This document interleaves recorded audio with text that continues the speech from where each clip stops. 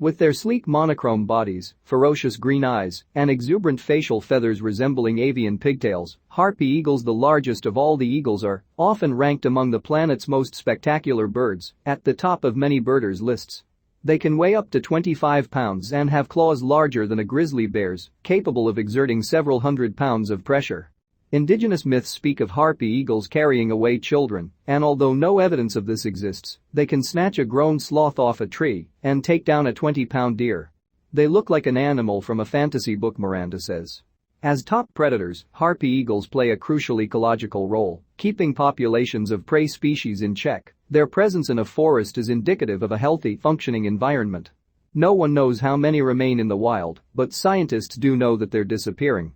The giant raptors once lived from southern Mexico to northern Argentina, but since the 19th century, their range has declined by nearly half, leaving the Amazon with 93% of the species' remaining occupied habitat. Deforestation, the primary threat to harpy eagles' survival, shows no signs of slowing. Last year, the world watched as massive tracts of the Amazon went up in flames, and right now 45 acres of Brazilian Amazon are being razed every hour. Miranda is a former mixed martial arts fighter who turned to science and is at the forefront of efforts to save the country's harpy eagles. He says he's certain that without effective conservation action, the raptors will soon disappear from their Brazilian stronghold, the so-called Arc of Deforestation, a vast fragmented landscape encircling the southeastern Amazon, like a crooked grin. He believes that rampant habitat loss can be combated by showing Brazilians that the forests are more profitable standing than felled, and that harpy eagles can be a part of that solution. To that end, he recently helped launch an innovative ecotourism program to give landowners incentive to protect the eagles and their habitats.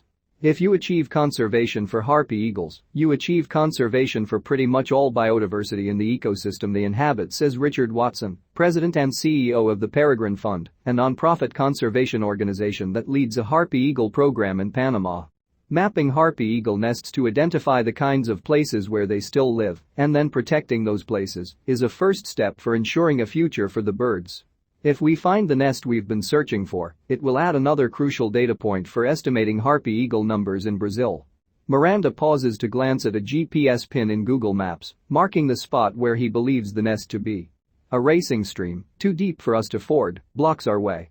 Undeterred, he locates a toppled, half-rotten log, which miraculously holds our weight as we take turns scooching across. Scrambling up a muddy embankment, now finally on solid ground, we zip through the last half-mile until we spot the white, stately trunk of a Brazil nut tree. The towering canopy branches of this protected species are the choice nesting spot for harpy eagles. We approach quietly. Eagles with a chick can be aggressive and peer into the thick foliage above. About 100 feet up, a peephole reveals a giant mass of twigs. The nest. Miranda found this nest not by scouring the dense jungle on his own, but by enlisting the help of local people who collect Brazil nuts to supplement their livelihoods. They'd spotted the nest weeks earlier and shared the GPS coordinates with him. "Rachel, if you find a bone or feather, I'll make you a caipirinha," Miranda whispers with a wink, referring to Brazil's deceptively strong and dangerously delicious national drink. He quickly discovers one slender white feather, but my bloodhound-like efforts fail to turn up further evidence that the nest is occupied. Playback of recorded harpy eagle calls, a piercing series of screeches, also fails to elicit any replies. The chick, Miranda guesses, must be an adolescent that's already in the process of leaving the nest after its 3-year time with mom and dad. Harpy eagles, if left undisturbed, will use a single nest for decades, and Miranda says this one likely will have a new resident chick toward the end of 2020. If all goes well, he hopes, tourists will be brought here to marvel at it and to help protect it. Rather than study harpy eagles in the unspoiled Amazon, Miranda chose to focus on the Arc of Deforestation because of the urgency of the threats there. Until a few decades ago, indigenous communities were virtually the only inhabitants of that swath of the Amazon, but in 1966, the Brazilian government launched a major colonization project in the region. Officials sold huge tracts of forest, sometimes up to 500 square miles, to wealthy buyers and handed out small homesteads to poorer Brazilians. The result was the world's largest state-sponsored migration outside China and a Brazilian Amazon economy based on forest clearing for cattle ranching and industrial-scale farming. Deforestation, much of it eventually driven by illegal land grabs, metastasized until international pressure spurred the government to intervene. From 2004 to 2012, Brazil reduced its deforestation rate by 83% to 1,700 square miles of forest lost a year. But then slash and burn started picking up again as cattle and soybean barons began buying influence with politicians. Jair Bolsonaro, who became president in 2019, scaled back efforts to curb illegal cutting, resulting in a 30% increase in deforestation.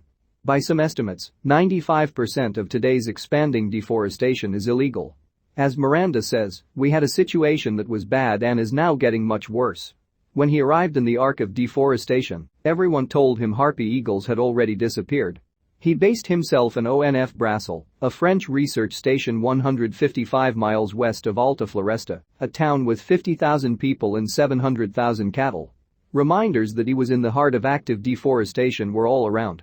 Cows grazed in grassy, barren fields, and for sale signs hung in front of burned tracts of forest. The skeletal remains of towering Brazil nut trees, a species illegal to cut but frequently killed in land clearing, fires served as ghostly watermarks for the once towering canopy. To begin his research, Miranda needed to find nests. Based on the experience he'd had with anacondas for his master's thesis, he was sure he could pull this off on his own. For that snake work, he'd needed to collect a large sample to show how size and sex affected the anaconda's diet. He set a goal of catching 245 days, which his advisor and other experts told him would be impossible. Miranda tallied 220 anacondas in a month and a half. Headstrong from this success, he decided to find the harpy nests himself on foot. Looking back, he realizes this was a big act of arrogance on my part. After slogging through 30 miles of jungle, Miranda finally spotted his first nest. He congratulated himself and figured that at this pace he could find a few nests each month. 3 months and 250 miles later, however, he'd failed to locate a single additional nest. He needed help. Miranda began putting up posters soliciting information about harpy eagles and offering a $150 reward for anyone who found a nest. His search led him to Brazil nut collectors, who rove the forest in search of fallen nuts, the basis of a profitable, sustainable industry. I realized there was people doing transacts in the bush for free, all the time, he says. He's starting reaching out to Brazil nut associations across Mato Grosso state. I remember hearing about this crazy guy looking for harpy eagles in the Amazon, recalls Veridiana Vieira, president of the Brazil Nut Collector Association of the Green Valley Settlement. Before meeting Miranda, Vieira says she thought of harpy eagles only as chicken killers, although she'd never seen one herself. She especially liked the idea of contributing to science, so she signed her association up to take part in the project. Miranda taught her and the other nut collectors how to do eagle call playbacks on their phones and how to spot signs of a nest on the forest floor. Now, everyone exchanges harpy eagle information by WhatsApp, Vieira says. So far, Vieira and her colleagues across the state have helped Miranda locate more than 30 nests, a remarkable and incredibly valuable and unusual dataset, according to Watson, who has compiled the only other comparable nest record in Panama. Among biologists, Miranda, 32, is something of an odd bird. Animals fascinated him during his childhood in Brasilia to his mother's horror. He loved catching tarantulas, but really it was violence and gore that got his blood pumping. My parents were absolutely concerned, he says. Soccer and other team sports proved too tame a release valve, so Miranda found his way to martial arts. He began training seriously when he was 12, pursued a sports degree in college, and started fighting professionally in mixed martial arts cage competitions. It's the worst thing you can imagine, like a human dog fight, he says. When the pay from pro fighting proved too little, Miranda started participating in illegal fights held at the harbor in Rio de Janeiro, where, he says, he never lost a match. But after a few years, he found himself questioning the morality of people hurting each other for entertainment. Learning that some gamblers had a hit out on his life was the prompt he needed. He stopped fighting, finished his sports degree, and switched tracks to biology, specifically predator biology. In nature, I found a violence that's not immoral. I was able to put my deep love of blood and violence toward doing something meaningful, says Miranda, whose muscular 200-pound build and impeccable posture make him appear much more imposing than his modest 5'9" frame. His thick glasses and dark, thoughtful eyes are more reminiscent of a philosopher than a fighter, though, and he casually peppers conversations with references to the literature of Jack London and Herman Melville, and to the verses of Dylan Thomas and the Brazilian poets Vinicius de Moraes and Machado de Assis. When he started his doctoral research in 2014, Miranda decided to focus on harpy eagles because in them he saw a perfect predatory killing machine. They're essentially flying velociraptors, he says. He launched a Harpy eagle public relations campaign to educate people about the birds and reduce the numbers killed in shootings. He'd seen photos on social media of people holding up dead Harpy eagles, so he interviewed 180 landowners to figure out what was going on. Based on his findings, he calculated that the landowners had shot more than 200 eagles in 3 years. More than 80% said they'd never seen such a giant bird and just wanted to get a closer look. In Portuguese, we have this expression, "We need to see it with the hands," Miranda says. Many people told me they wanted to see the bird with their hands. That's mainly why they were shooting them. Miranda was heartened, though, when many landowners also told him they regretted shooting a Harpy eagle, especially now that they knew more about the threatened birds. Nowadays, everyone realizes that Harpy eagles are a positive thing for the region, so people don't kill them anymore, says Roberto Stoffel, a former land clearer and hunter who works with Miranda as a professional tree climber. In 2 cases, workers even rescued Harpy eagle chicks that otherwise would have been killed, which Miranda, Stoffel, and their colleagues rehabilitated and released. To Miranda's relief, he has confirmed that Harpy eagles in the region aren't poached for their parts or trapped for the pet trade. Hunting is generally illegal in Brazil, and for the most part people aren't so poor that they're driven to poach. You will find no one hungry here, absolutely no one, Miranda says. On indigenous lands, however, hunting harpies is legal. The Harpy eagle is a very important animal because every part of it is useful, says Roseno Zacobaricbactsa, leader of the 665 square mile Escondido indigenous land. Every time we kill one, we throw a party.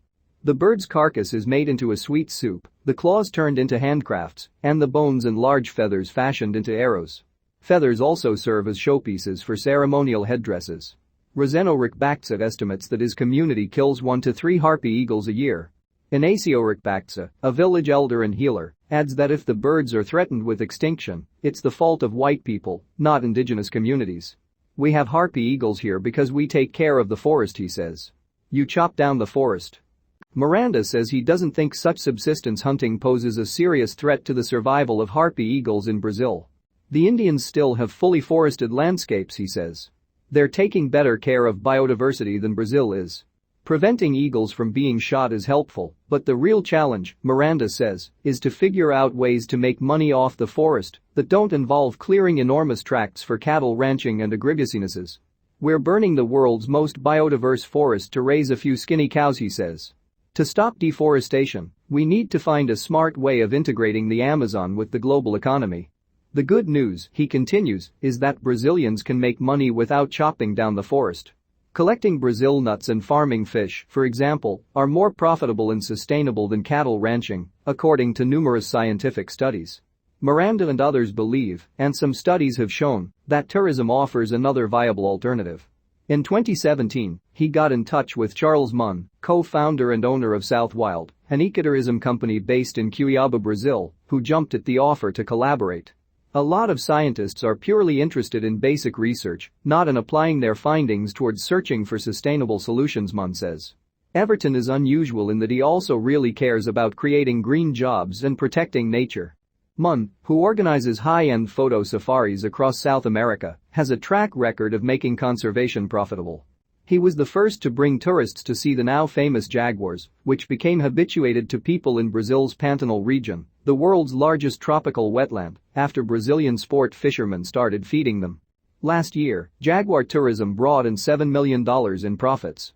Ranchers who benefit from tourism no longer shoot jaguars even if the cats occasionally kill their cattle. To expand those benefits, the conservation organization Panthera is looking into the possibility of implementing a tourism fee that would pay for cattle losses caused by jaguars throughout the entire Pantanal region, not just in the areas frequented by tourists. This is like wildlife venture capitalism, Munn says. We try to figure out which things might work to actually leverage these animals to protect their habitat from us. As of March 2020, Miranda had recruited 29 landowners with Harpy eagle nests on their properties to join the program. When the nests produce a chick, he hires local people to build 90-foot-high viewing towers for tourists to use. Landowners receive $20 a day for each visitor, and others in the community earn money as porters, drivers, and cooks. Munn issues a money-back guarantee that his guests will see a Harpy eagle at eye level. Miranda believes Mato Grosso eventually could attract 700 or so people coming to view Harpy eagle nests each year.